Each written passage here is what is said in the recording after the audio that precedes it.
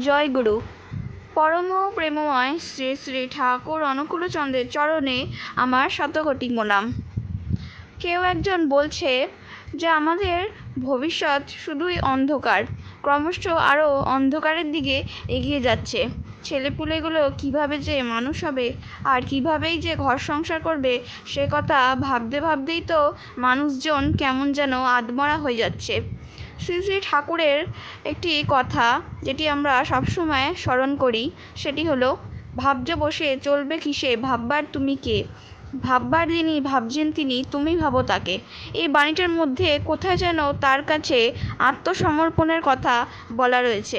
পরমপিতা তো আমাদের অভয় দিয়েই গেছেন, তিনি সবসময় কিন্তু আমাদের বাঁচিয়ে তোলারই চেষ্টা করছেন। ঈশ্বর তো মানুষকে দিতেই চান, মানুষ নিতে জানে না। তার দয়া পেতে গেলেও কিছু না কিছু করতেই হবে, করাই তো পাওয়া জননী।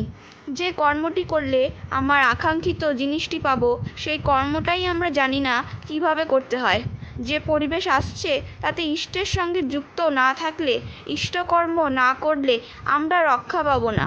আমরা রক্ষা পাবো কি না সেটি সন্দেহ তো রয়েই গেছে। শ্রী শ্রী আচার্যদেব তাই আমাদের বাঁচানোর জন্য এক অনন্য পরিকল্পনা এনেছেন এই পৃথিবীর মাঝে, আর সেটি হলো দীক্ষাপত্র সমীক্ষা।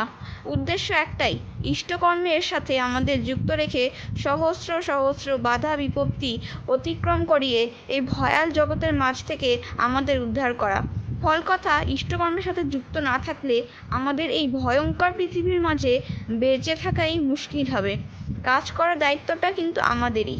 আমরা যদি ইষ্টের কাজ না করি তবে শ্রী শ্রী আচার্যদেবের হাজার ইচ্ছা থাকলেও আমরা কিছুতেই নিজেদের বাঁচাতে পারবো না। তাহলে সবসময় কিন্তু আমরা চেষ্টা করব এই দীক্ষাপত্রের কাজ করে যাওয়া। একটি গল্প বলি, এই গল্পটি সবারই জানা, তাও বলছি। দ্রৌপদীকে উদ্ধার পেতে ওই 2-4টে ভাত আর একটু শাক ভাজা কিন্তু চেঁচেপুচে নিয়ে আসতে হয়েছিল, আর তাতেই তিনি উদ্ধার পেয়েছিলেন। আমার প্রশ্নটা আমার নিজের কাছেই, ধরুন দ্রৌপদী যদি ওই 2-4টে ভাত আর শাক ভাজা নিয়ে না আসতেন, তাহলে কি তিনি উদ্ধার পেতেন? আমার মনে হয় তাকে উদ্ধার করার ক্ষমতা কিন্তু তখন শ্রীকৃষ্ণের হাতেও থাকতো না। হাজার চেষ্টা করলেও শ্রীকৃষ্ণ তাকে বাঁচাতে পারতেন না। শ্রী শ্রী ঠাকুরের হাজার ইচ্ছা থাকলেও শ্রী শ্রী আচার্যদেব আমাদেরকে রক্ষা করতে পারবেন না যদি না আমরা এই ইষ্টকর্মের সাথে নিজেকে যুক্ত রাখি। কত সহজ করে দিয়েছেন শ্রী শ্রী আচার্যদেব আমাদের ইষ্টকর্মকে। তিনি বলছেন যে অন্তত সপ্তাহে 1 দিন অথবা মাসে 1 দিন ইষ্টকর্মের জন্য বেরিয়ে পড়তে, মানুষের দরবারে যেতে। যে মানুষগুলি আকুলভাবে সংসারে বিধ্বস্ত হয়ে পড়েছেন তাদের কাছে গিয়ে ঠাকুরের কথা বলতে।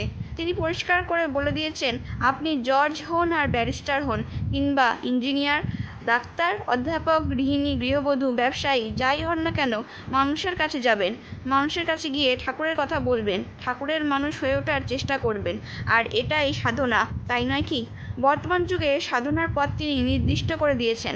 শুধু জয়গুরু দিয়ে নয়, সাদা পোশাক পরে নয়, মানুষের কাছে গিয়ে ঠাকুরের কথা বলতে হবে, ঠাকুরের মানুষ হয়ে উঠতে হবে। সাধনার পথ তো আর খুব সহজ হয় না। ঠাকুরের কথা আমার মুখ দিয়ে সেইভাবে বেরোবেই না, আমার কথা কাউকে উদ্দীপ্ত করবে না, যদি না আমার চলন বলন চরিত্র শ্রী শ্রী ঠাকুরের আদর্শে রঞ্জিত হয়ে থাকে। জয়গুরু বললে কিংবা সাদা পোশাক পরে বেরোলে মানুষ অনেক সময় ধারণা করেন যে আমরা সৎসঙ্গী, কিন্তু পরিচয়টা যেন আমাদের ওই পোশাক আর মুখের বুলির মধ্যে সীমাবদ্ধ না থাকে। আচ্ছা, ঠাকুরের মানুষ হয়ে উঠতে গেলে কি অনেক পড়াশোনা করতে হবে, অনেক সাধন ভজন করতে হবে, অনেক শিক্ষা দীক্ষার ব্যাপার, নাকি অনেক ডিগ্রির ব্যাপার?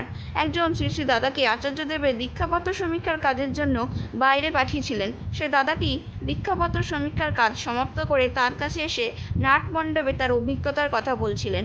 তিনি বললেন যে দুটি মায়ের সাথে তিনি কিছুতেই তার মায়ের সাথে তার দেখা হয়েছিলেন, সেই কথা তিনি ভুলতে পারছেন না। শ্রী শ্রী আচার্য তখন সেই মায়েদের কথা শোনার ইচ্ছা প্রকাশ করেন। দাদাটি বলেন একটি মায়ের কথা। সেই মাটি খুব বৃদ্ধা, সংসারে তার কেউ নেই, দিন আনেন দিন খান, ঠাকুরের দয়ায় তার কোনোরকম চলে যায়। একদিন আঞ্চলিক সৎসঙ্গী দাদা মায়েরা একটি অনুষ্ঠান উৎসবের আয়োজন করেছেন। সেজন্য তারা বিভিন্ন জায়গা থেকে অর্ঘ্য সংগ্রহ করছেন, চাল সংগ্রহ করছেন, কিন্তু এই বুড়িমার কাছে কেউ যাননি। তাকে হয়তো বিড়ম্বনার মধ্যে না ফেলার জন্যই তারা যাননি। এদিকে মাটির নিজের সংগ্রহে প্রায় 7 কিলোর মতো চাল ছিল, তাই মাথায় করে নিয়ে গিয়ে মন্দিরে জমা করতে এলেন। তাই দেখে সেখানকার সৎসঙ্গীরা বললেন, আরে তুমি খাবে কি করে? মাটি বললেন, ঠাকুর চালিয়ে নেবেন ঠিক। মাটির এমনই কপাল যে পরের দিন থেকে বৃষ্টি শুরু হলো। এমন বৃষ্টি হলো যে তার বাড়িঘর বন্যায় ভেসে গেল। তখন তিনি পাশে থাকা এক পঞ্চায়েত কমিটির হলে চলে গেলেন। সবাই মিলে সেখানেই আশ্রয় নিলেন।